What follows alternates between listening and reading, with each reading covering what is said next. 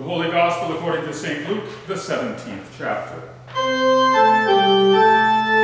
Glory to you, O Lord. On the way to Jerusalem, Jesus was passing along between Samaria and Galilee. And as he entered a village, he was met by 10 lepers, who stood at a distance and lifted up their voices and said, "Jesus, Master, have mercy on us." When he saw them, he said to them, "Go and show yourselves to the priests." And as they went, they were cleansed. Then one of them, when he saw that he was healed, turned back, praising God with a loud voice. And he fell on his face at Jesus' feet, giving him thanks. Now he was a Samaritan. Then said Jesus, "Were not 10 cleansed? Where are the 9? Was no one found to return and give praise to God except this foreigner?" And he said to him, "Rise and go your way. Your faith has made you well." The Gospel of the Lord. Praise to you, O Christ.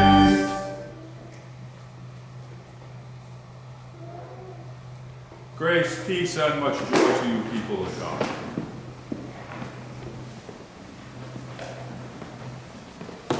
Lepers are outcasts. The book of Leviticus provides an elaborate ritual way for the priests of Israel to determine the presence or absence of leprosy. And leprosy in the book of Leviticus and in Jewish practice in Jesus' day is not just what we moderns call Hansen's disease. It includes any number of communicable skin diseases. And because these diseases are infectious, lepers are required to stay away from any inhabited area like the village Jesus is entering in today's gospel. They not only have to keep their distance from everyone, they have to call out, "Unclean, unclean," so that no one will come near them. These lepers are outcasts and desperate. They call out, but not "unclean, unclean." They call out for mercy. Their long-term wasting disease has taken away home and work and family and human touch and laughter and hope. They have seen body, mind, and spirit eaten away by a disease that will finally reduce them to nothing. And so they cry out for mercy. And Jesus speaks his eternal mercy to them. He tells them to go and present themselves to the priests, to the ones who can rescind the judgment of uncleanness and end the isolation. And so, hoping against hope, they set out. And before they have gone very far, Jesus' healing word is cleansing them of their disease. Now the 9 lepers who were Jews continued on their way to Jerusalem as Jesus had commanded, to the priests, to the ones who, according to the ritual, are the ones who can pronounce them clean. They located the meaning of their healing completely within the liturgical rite. And so grace was covered over by practice. The old Adam in us is prone to fall asleep and use the practices of religious observance as a cloak for our complacency and impenitence.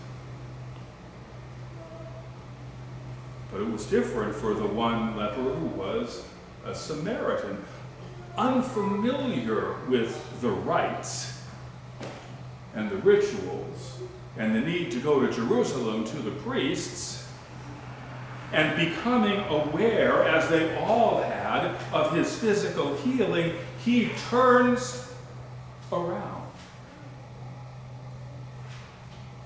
The direction of his life, its meaning, its purpose, its value is changed. He comes to Jesus, he throws himself at his feet, and physically worships the one whose body is the new temple. But not just the physical worship of bowing down before Jesus, this is also worship in spirit and truth. This is the worship of body, mind, and spirit. We know this because Jesus says, your faith has saved you. Yes, I know it says your faith has made you well, but that's not the best translation. The verb is sozo, to save. Your faith has saved you. All 10 were cured. The 9 who went on to Jerusalem will be restored to family and labor. But the one who returned in gratitude, you see, there's a difference between recognizing that some good thing has happened to me and recognizing that the source of that thing is the source of all good things, and who that source is. By coming to Jesus in faith, the Samaritan leper is not only cured, but saved. And we, when the heartbreaks and diseases of life have had their way with us, when we are feeling body, mind, and spirit eaten away, when we are tempted to despair,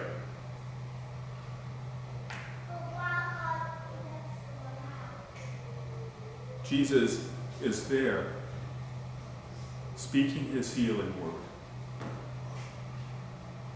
We may or may not be cured, but we will still be healed in the ultimate way, saved. Clearly, the structure of this story of the 10 lepers indicates that what the leper who came to Jesus in gratitude has received is greater than what all 10 of them received together. Naaman,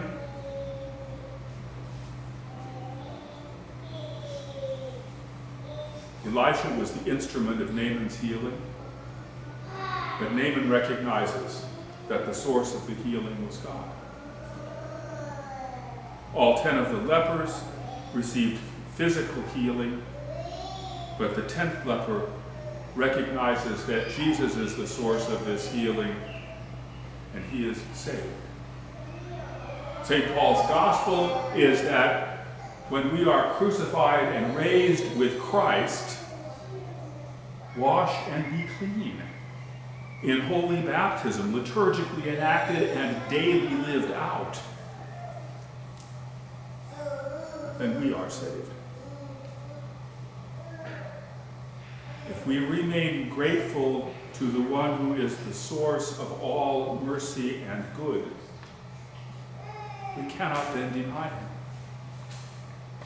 And when we turn to him in thanksgiving, we are turning to the one who always remains faithful.